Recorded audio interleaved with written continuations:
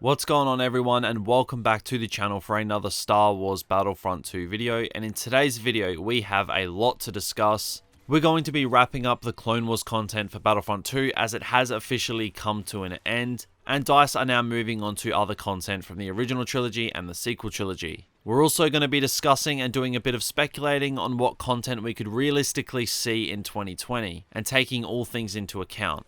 So there is a lot that I want to talk about today, as this is like a review slash discussion slash speculation video, so yeah, there's quite a bit to get to today. Now, if you guys are enjoying the uploads and streams right now, then be sure to smash a like on this video to help the channel out, and let me know in the comments below, what is your thoughts on Clone Wars content coming to an end in Battlefront 2? And as always, if you are new around here, then feel free to subscribe to the channel for more Battlefront 2 videos just like this one. But now let's dive into the discussion. So the Clone Wars content is something that just about everybody wanted for Battlefront 2.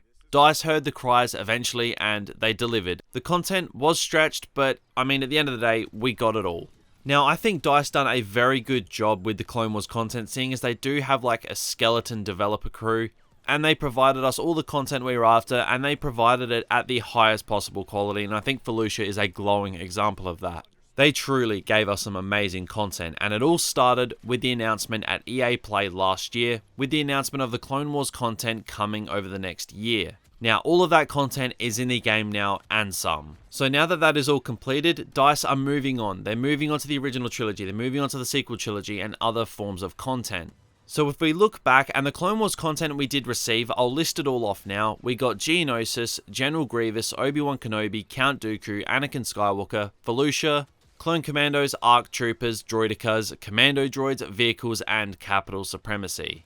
Now we could also include all the skins and stuff in there as well, so there was quite a lot of Clone Wars content brought into the game over the past 18 months, and it makes sense for DICE to move on. Now, they didn't get to making Coruscant, which that kinda does suck. Maybe somewhere down the line or in a Battlefront 3, if they do eventually do a Battlefront 3, maybe we'll see Coruscant then. So if I was to review the Clone Wars content and give it a rating, I would give it an 8.5 out of 10 overall. There is some amazing stuff here, but no Coruscant is the killer for me. Coruscant is, after all, the biggest and most important planet in the Clone Wars saga, or, you know, the prequel trilogy, whatever it is. Coruscant is at the core of it, but we don't have it in the game, and that for me is a little bit of a bitter taste. But I mean, at the end of the day, we got the 4 heroes that we should have got. We got more reinforcements than I thought we'd actually end up getting, like, at all, but we still didn't get Magna Guards. They are still missing. I actually can't believe they're not in the game. I thought they would have been perfect to bring alongside General Grievous, but I think that was maybe just a little bit of a missing opportunity, but it does open up to, basically, if they do want to bring Clone Wars back to the game at some point, we could always get some more reinforcements, and Magna Guards would be the #1 choice. But overall, the Clone Wars content in Battlefront 2 was a massive success, and turned Battlefront 2 around in a massive way. Battlefront 2 was truly on the ropes by the time the solo DLC came out, because I mean, nobody wanted it. We all wanted Clone Wars, but that's what we got. But Clone Wars came along and saved Battlefront 2 completely, and also salvaged the player base. But now that Clone Wars content is over, it adds an all new element of mystery to upcoming content. People were kind of getting, I wouldn't say bored with Clone Wars content, but we were certainly just wanting something fresh, something different from another era. We all love Clone Wars content, but it kind of got to the point where we just, you know, we wanted something from the original trilogy and the sequel trilogy. You know, we wanted something a little bit different. Now, we are getting content from the sequel trilogy in December for The Rise of Skywalker, which will include a new map, reinforcements, skins, etc. So that's covered, and I am really looking forward to that.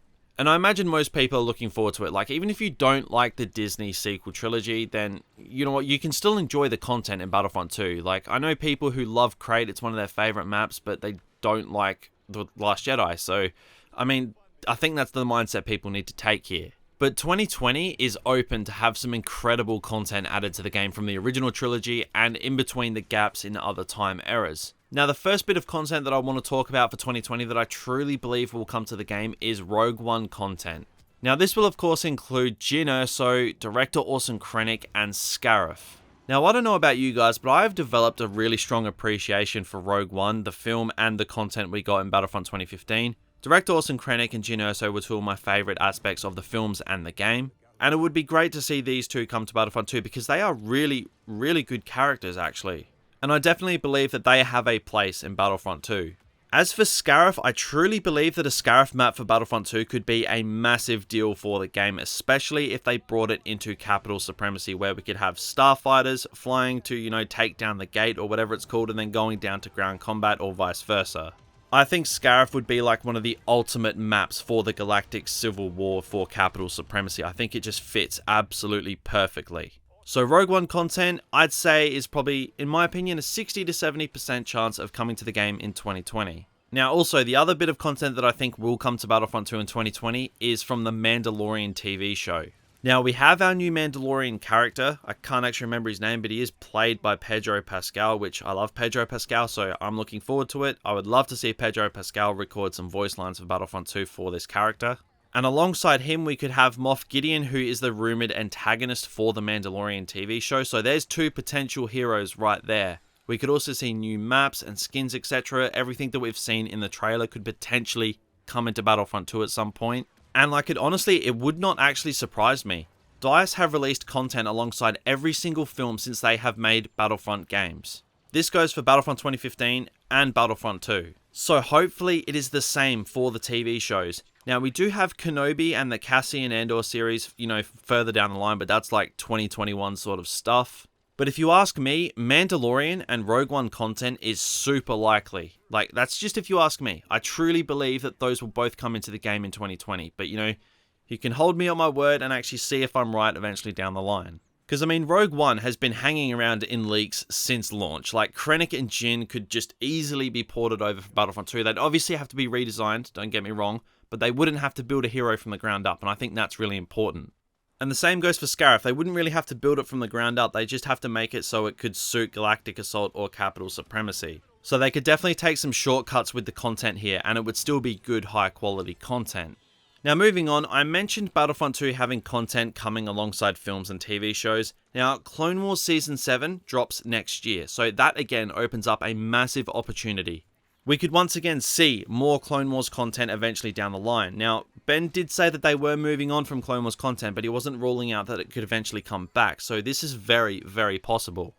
Now, if DICE do release content alongside Clone Wars Season 7, then I think Ahsoka would be an absolute certainty to come into the game, and maybe Ventress as well. But we could get some more skins, we could get new locations, just whatever Clone Wars Season 7 has to offer, which, honestly, the potential is limitless in terms of content. We could literally go anywhere. We could see literally any characters. So the endless amounts of possibilities for content for Clone Wars Season 7, it's just unbelievable, and my head is racing already. And it would be a great way for Disney to promote the show, and Disney are not stupid, so they'll probably push DICE really hard to do this. So I think we will get at least a full year of content. Mandalorian, Rogue One, ported over maps from Battlefront 2015, and maybe even Clone Wars Season 7. I do think that we will see at least half, if not 3/4 of the content that I just listed. And if that isn't enough and Battlefront 2 wants to, keep building and keep thriving, then there's still some tricks up DICE's sleeve in terms of content. If they do want to go back to the Clone Wars era, we could have heroes like Ahsoka, Ventress, Padme, Jango Fett. They've got that up their sleeve. They've even got a few original trilogy heroes that they could pull out of nowhere, like Greedo, Nien Nunb, and maybe even Dengar.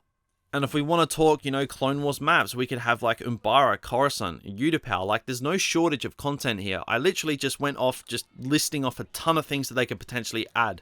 And that's just after the more realistic content that I've already talked about in the video. So there's just literally endless amounts of content here. If they really wanted to, they could support this game for another 2 to 3 years. There's just simply no shortage of content options. Like I said, I just listed off like a million things off the top of my head.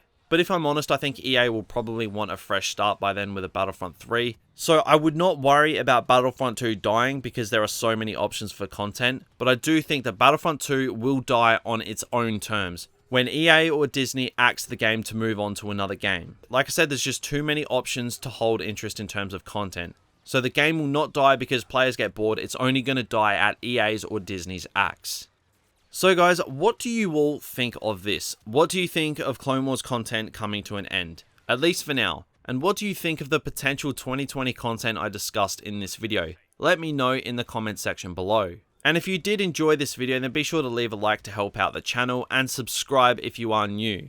Now, I do actually want to extend out a huge thank you to you guys for your ongoing support on the channel lately. I know that I throw out a lot of thank yous in my videos, but I just want you guys to understand how much the support means to myself and the channel.